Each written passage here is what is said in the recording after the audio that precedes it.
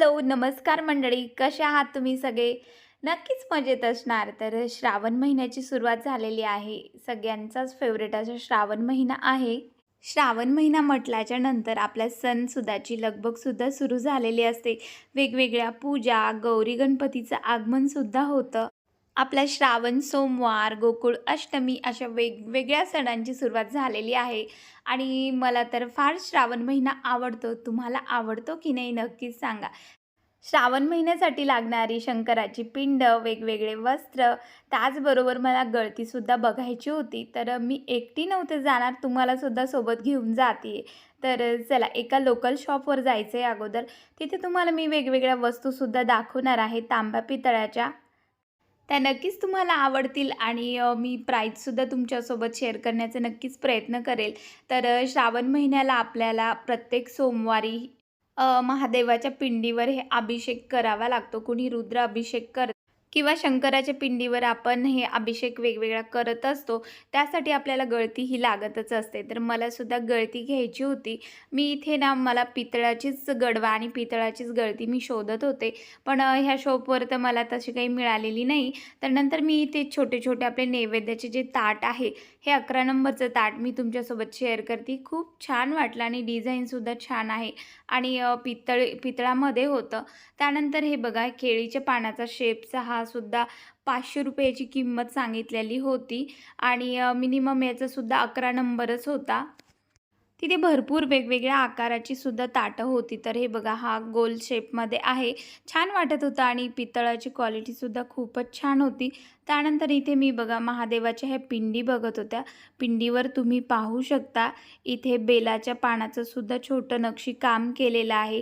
त्यानंतर जिथे आपण भस्म, टीका लावतो देवाला, तिथे सुद्धा खूप सुंदर अशी डिझाईन केलेली होती आणि छोटीशी मूर्ती होती, पण अप्रतिम अशी मूर्ती दिसत होती.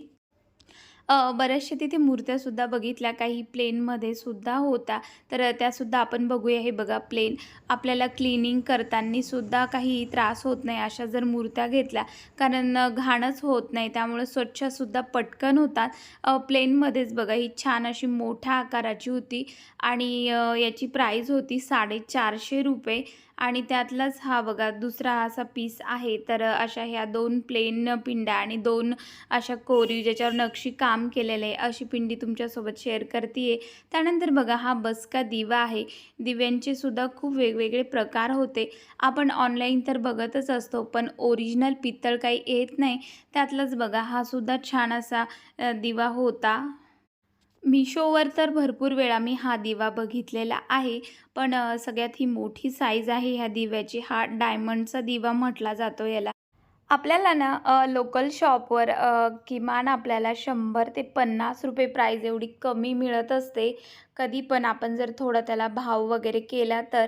त्यानंतर बघा हा छान पितळाचा जग होता. खूप मस्त बऱ्याचशा अशा अँटिक वस्तूसुद्धा होत्या तिथे. ही बैलगाडी मला खूप आवडलेली होती.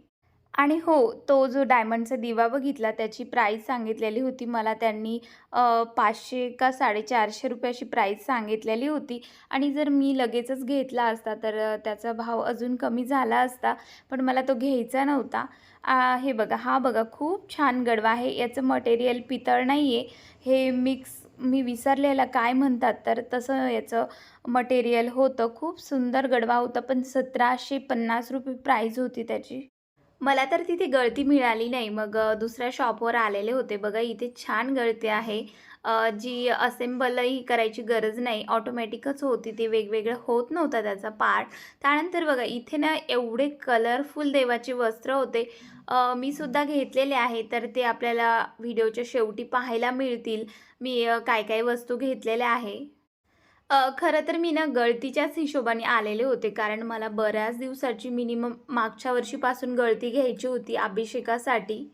पण काय होतं माहिती आहे का, श्रावण महिन्याच्या सुरुवातीला काय करतात हे दुकानदार आपला जो जुना माल असतो ना तो अगोदर काढतात आणि तो त्यांचा खप होण्याचा जास्तीत जास्त प्रयत्न करत असतात, म्हणून ते जुना माल दाखवतात सुरुवातीला. तर त्यासाठीच मी अगोदर बघून घेणार होते कुठे आपल्याला छान मिळेल. इथे सुद्धा तसंच होतं. तांब्याचा हा गडवा होता आणि पितळाची ही खालचं स्टँड होतं, पण मला दोन्ही सारखंच घ्यायचं होतं. त्यानंतर बघा इथे छान छान असा त्रिशूलसुद्धा बघितला. बऱ्याचशा घरामध्ये ना त्रिशूळाची सुद्धा पूजा केली जाते, पण माझ्याकडे काही त्रिशूल वगैरे मी अजूनपर्यंत घेतलेलं नाही आहे. त्यानंतर बघा इथे ह्या शॉपवरती ना खूप छान अशा कोरीव आखीव अशा ह्या शंकराच्या पिंडी होत्या आणि मस्त वाटत होतं. माझ्याकडे जी आहे ना ती प्लेनमध्ये आहे. जेव्हा मी मिनिमम 3 ते 4 वर्ष झाले घेऊन त्याला. खूप सुंदर आणि स्वच्छ अशी पटकन निघणारी माझी ती मूर्ती आहे. प्लेनच आहे, कुठली त्याच्यावर डिझाईन नाही. त्यानंतर बघा हा सुद्धा स्नेकचा मी जो स्टँड दाखवला आहे गळतीचा, तो सुद्धा मस्त होता. अन्नपूर्णा मातेची सुद्धा मूर्ती बघितली. बऱ्याचशा जणांकडे जर अन्नपूर्णा मातेची मूर्ती नसेल तर त्यांनी श्रावण महिन्यामध्ये अन्नपूर्णा मातेची मूर्तीची स्थापना करावी. तर हे गळती जे आहे ना वेगवेगळे आहे. आपल्याला गळतीचं स्टँड वेगळं घ्यावं लागणार होतं आणि गडवासुद्धा वेगळा घ्यावा लागणार होता. गडव्याची प्राईज होती ₹350 आणि स्टँड जे होतं ते ₹300 होतं. तर असं वेगवेगळं होतं, एकत्रित सेट काही कुठेच मिळत नव्हता.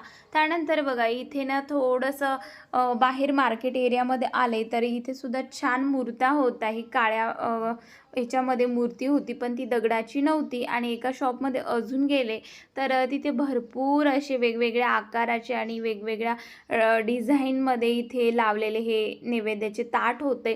त्यानंतर बघा मी इथे चौरंगसुद्धा बघत होते. मी सुद्धा घेतलेला आहे एक चौरंग, पण कुठला घेतला हे सुद्धा तुम्हाला मी दाखवणार आहे व्हिडिओच्या शेवटी. मंदिराकडे आले म्हटल्यावर श्रींचं दर्शन घेणार नाही असं कधीच होत नाही.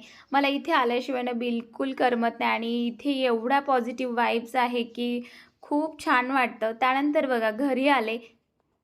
तुम्हाला तर मी शॉपवर दाखवलेलाच होता हा चौरंग. तर बघा पण किती रुपयामध्ये पडला हे सुद्धा मी सांगणार आहे व्हिडिओमध्ये.